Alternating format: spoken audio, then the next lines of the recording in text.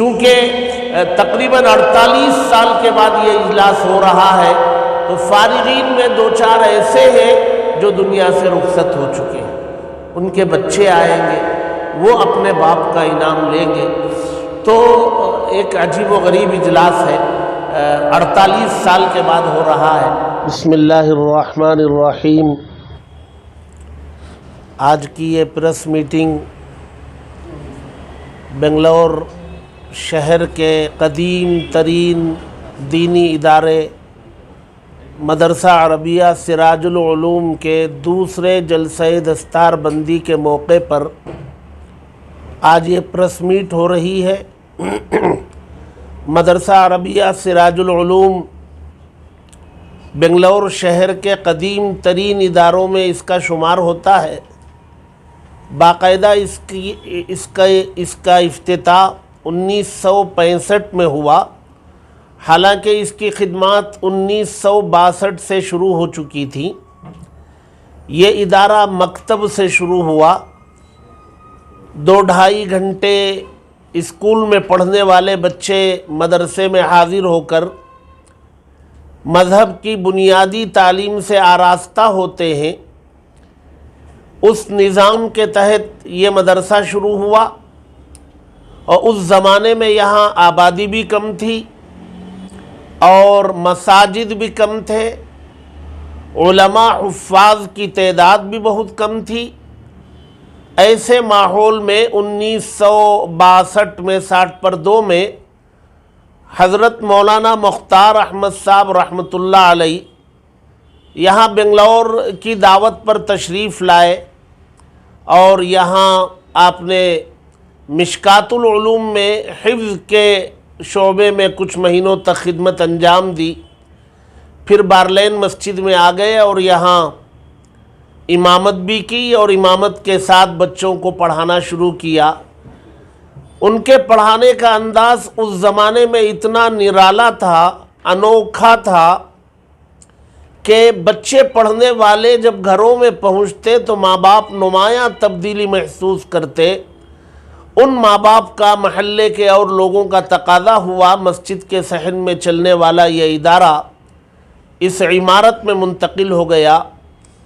یہاں جگہ ناکافی ہوئی تو مزید 4 کمرے اور تعمیر کیے گئے، ہاتھوں ہاتھ لوگوں نے تعمیر کرا دیا، اور پھر یہاں باقاعدہ عمارت کا افتتاح حضرت مولانا ابو سعود احمد صاحب رحمۃ اللہ علیہ، جو امیر شریعت اول تھے، دارالعلوم سبیل الرشاد کے بانی و محتمیم اول تھے، آپ کے ہاتھوں سے نئی عمارت کا افتتاح عمل میں آیا۔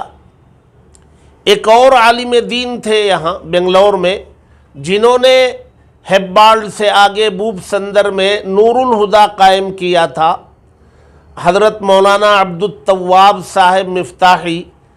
ان کے ذریعے مدرسے کا افتتاح ہوا تھا، عمارت کا افتتاح امیر شریعت اول کے دست مبارک سے عمل میں آیا تھا۔ الحمدللہ یہاں کی تعلیم کا چرچا اتنا زیادہ ہوا، جگہ کم اور طلباء کی آمد بہت زیادہ ہوئی، تو مکتب میں داخلے کے لیے قرآن اندازی کے طریقے کو اپنایا گیا، اور یہ سلسلہ زمانے تک چلا قرآن اندازی کا۔ اور قرے کے ذریعے بچوں کا انتخاب ہوا کرتا تھا، 800-900 بچے مختلف شفٹوں میں یہاں تعلیم حاصل کیا کرتے تھے۔ شدید تقاضا ہوا، شعبہ بالغان شروع کیا گیا، اور تقاضا بڑھا تو ایک نیا شعبہ شروع کیا گیا شعبہ اطفال کے نام سے، جو 10 بجے سے 12:30 بجے تک چلا کرتا تھا۔ یہ شعبہ اطفال ان بچوں کے لیے تھا جو اسکول نہیں جایا کرتے تھے، جن کی عمر 5 سال 6 سال ہوتی تھی۔ اس زمانے میں داخلہ اسکولوں میں 5 سال میں ہوا کرتا تھا۔ تو الحمدللہ شعبہ مکتب کی تعلیم اتنی معیاری ہوئی، اس سے پہلے مساجد میں چلنے والے مکاتب میں نصاب نہیں تھا، نظام نہیں تھا۔ سراج العلوم نے نصاب بنایا، نظام بنایا، تعلیم کے ساتھ تربیت پر خاص توجہ دی اور امتحان کے نظام کو مضبوط کیا، اور سالانہ امتحان میں اچھے نمبرات سے کامیاب ہونے والوں کے لیے انعامی جلسے منعقد کیے، قیمتی انعامات سے نوازا، قرآن اور نصاب کی تکمیل کرنے والوں کے لیے سند دینے کا نظام شروع کیا۔ ایک عجیب و غریب سما تھا اس زمانے میں، اور آج بھی یہاں کے پڑھے ہوئے اس زمانے میں کہیں بھی ہوں گے تو الحمدللہ ان کو وہ ساری چیزیں ازبر ہوں گی۔ اور یہ مکتب انتہائی انوکھا، نرالا، سب سے بڑھ کر مکتب کے اندر اردو زبان کی تعلیم کو رواج دیا۔ جمعیت علماء ہند کا مرتب کردہ نصاب لڑکوں کے لیے دینی تعلیم کا رسالہ 5 حصے، لڑکیوں کے لیے اسلامی کورس 5 حصے، اور پھر دونوں کو مشترکہ طور پر تعلیم الاسلام اول دوم، یہ اردو کا نصاب تھا جس کے ذریعے بچے دین کی بنیادی تعلیم حاصل کر لیا کرتے تھے۔ یہ نظام پوری تندہی کے ساتھ اور بیدار مغزی کے ساتھ، یعنی دیگر مساجد کو اس سے ایک تحریک ملی کہ مساجد کے اندر مکتب یوں چلنا چاہیے۔ آپ اس بات سے اندازہ لگائیں کہ جامعہ مجلس ملیہ جو بنگلور کی ایک قدیم ترین تنظیم ہے، اس زمانے میں انہوں نے یہ شرط لگائی کہ جو لوگ سراج العلوم کے طریقے کو حاصل کریں اور اپنے اداروں میں اس طریقے کے مطابق مکتب کی تعلیم دیں تو 250 روپے انہیں تحفے میں ہر ماہ دیے جائیں گے، جو ان کی تنخواہ سے الگ ہوں گے۔ یہ نظام کئی سال تک مجلس ملیہ والوں نے چلایا اور مکاتب کا نظام درست ہوتا چلا گیا۔ لوگوں کا تقاضا بڑھا کہ حفظ کی تعلیم یہاں شروع ہو۔ لوگوں کے تقاضے پر 1970 میں یہاں حفظ کی تعلیم شروع ہوئی، اور الحمدللہ آج 50 سال سے زائد ہو گئے اس حفظ کے شعبے سے 80 پر 2 بچے مکمل حفظ قرآن مجید مکمل کر کے فارغ ہوئے۔ ادارے میں چونکہ جگہ نہیں اور ادارے کے بانی و محتمم الگ سے جگہ خرید کر مدرسہ بنانے کا مزاج نہیں رکھتے، ان کا مزاج تھا کہ جو وقت تعمیر میں لگے وہ تعلیم میں لگنا چاہیے، وہ تعلیم میں لگے رہے۔ حفظ کا ایک شعبہ اس زمانے سے چلا، آج تک چل رہا ہے، جس میں 15 بچے ہوتے ہیں۔ تقاضے پر شعبہ ناظرہ قیام طعام کے ساتھ 15 بچوں کا رکھا، باقی اور نظام آگے نہیں بڑھایا گیا۔ 76 میں حفظ شروع ہوا، اور 1980 پر 6 میں دارالعلوم دیوبند کا ایک موقر وفد جس میں ملک کے اکابرین شامل تھے، ملک کا دورہ کرتے ہوئے بنگلور پہنچا، تو ان کی آمد سے فائدہ اٹھا کر ایک جلسہ دستار بندی 1986 میں منعقد کیا گیا، جس میں 13 بچوں کی دستار بندی ہو چکی۔ باقی اور بچوں کی دستار بندی کے لیے نہ محتمم کبھی تیار ہوئے، نہ ادارہ آگے بڑھا۔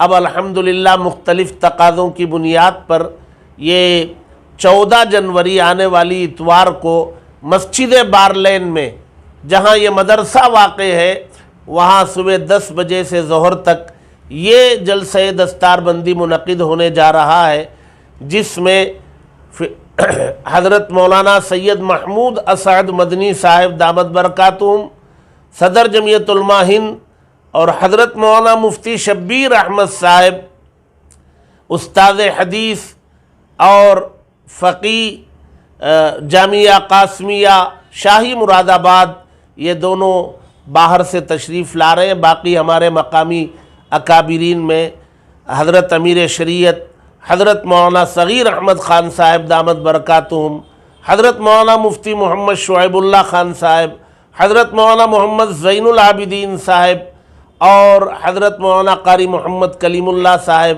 حضرت مولانا مفتی رشید احمد صاحب پرنام بٹ سے تشریف لا رہے ہیں۔ اس ادارے میں حفظ کا افتتاح آپ کے دادا حضرت مولانا مفتی محمود الحسن صاحب پرنام بٹی رحمۃ اللہ علیہ کی دعاؤں سے حفظ کا افتتاح عمل میں آیا تھا۔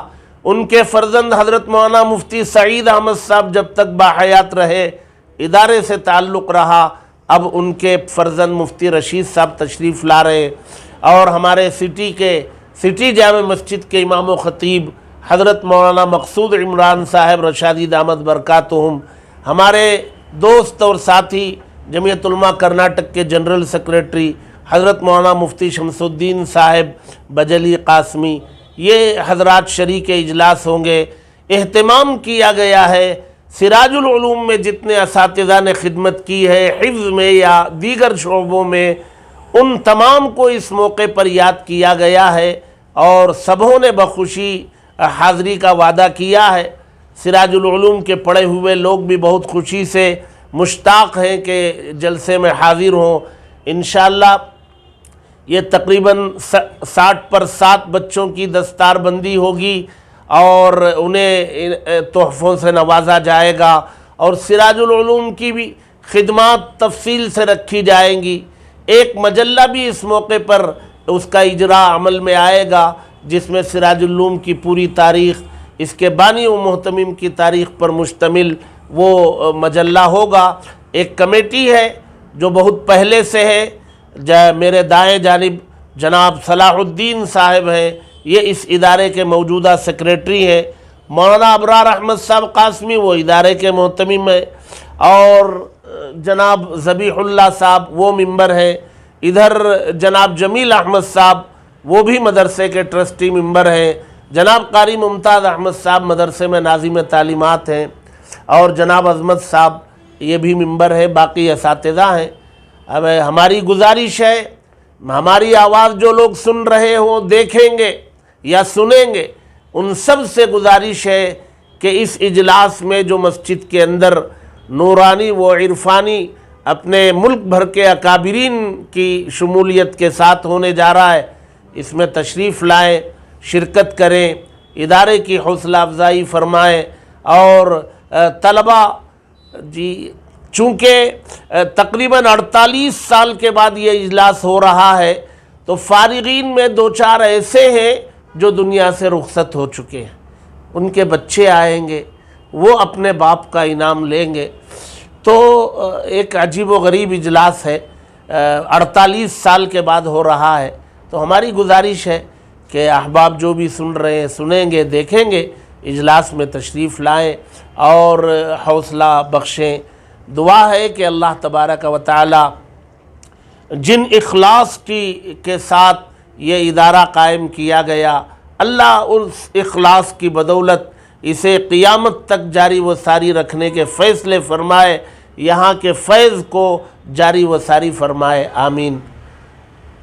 جی، لمبے عرصے کی تاخیر کی کیا وجہ؟ اصل میں ادارے کا مزاج نہیں تھا جلسے جلوس کا، وہ ایک اجلاس اس موقر وفد کی آمد سے فائدہ اٹھاتے ہوئے کر لیا گیا۔ اب چونکہ اس کے بعد ایسا موقع آیا بھی نہیں، محتمم صاحب نے ضرورت بھی نہیں محسوس کی، وہ کام میں لگے رہے، وہ جلسے جلوس سے کوسوں دور رہا کرتے تھے، نہیں ہو سکا۔ ان کے انتقال کو بھی 12-13 سال ہو گئے، نہیں کیا گیا۔ اب اس کے معاونین جو ہیں، وہ معاونین کا تقاضا ہے، فارغین کا تقاضا ہے، تو ایک اجلاس یہ کرنے جا رہا ہے۔ اب کیا ہر سال ہوگا آئندہ یا پھر اس میں؟ اب آگے اللہ مالک ہے، چونکہ ایک تاریخ تھی اس کی، وہ لوگوں کے سامنے آ جائے، 50-60 سالہ تاریخ۔ تو اس زمانے میں مدارس قائم کرنا اور اس کو چلانا یہ بڑا مشکل کام تھا، بڑے مجاہدوں سے گزر کر کے ادارہ یہاں تک پہنچا ہے۔ آج الحمدللہ ماحول ہے، بلکہ لوگ ضرورت سمجھ کے مکاتب میں آ رہے ہیں۔ وہ زمانہ وہ تھا کہ لوگ جو ہے مکاتب کی طرف، مدارس کی طرف متوجہ نہیں تھے۔ ہمیں یاد ہے کہ یہاں تراویح پڑھانے کے لیے باہر سے بلائے جایا کرتے تھے، تو باہر سے لوگ آ کے تراویح پڑھایا کرتے۔ اب تو الحمدللہ ہر محلے میں حفاظ بڑی تعداد میں موجود ہیں۔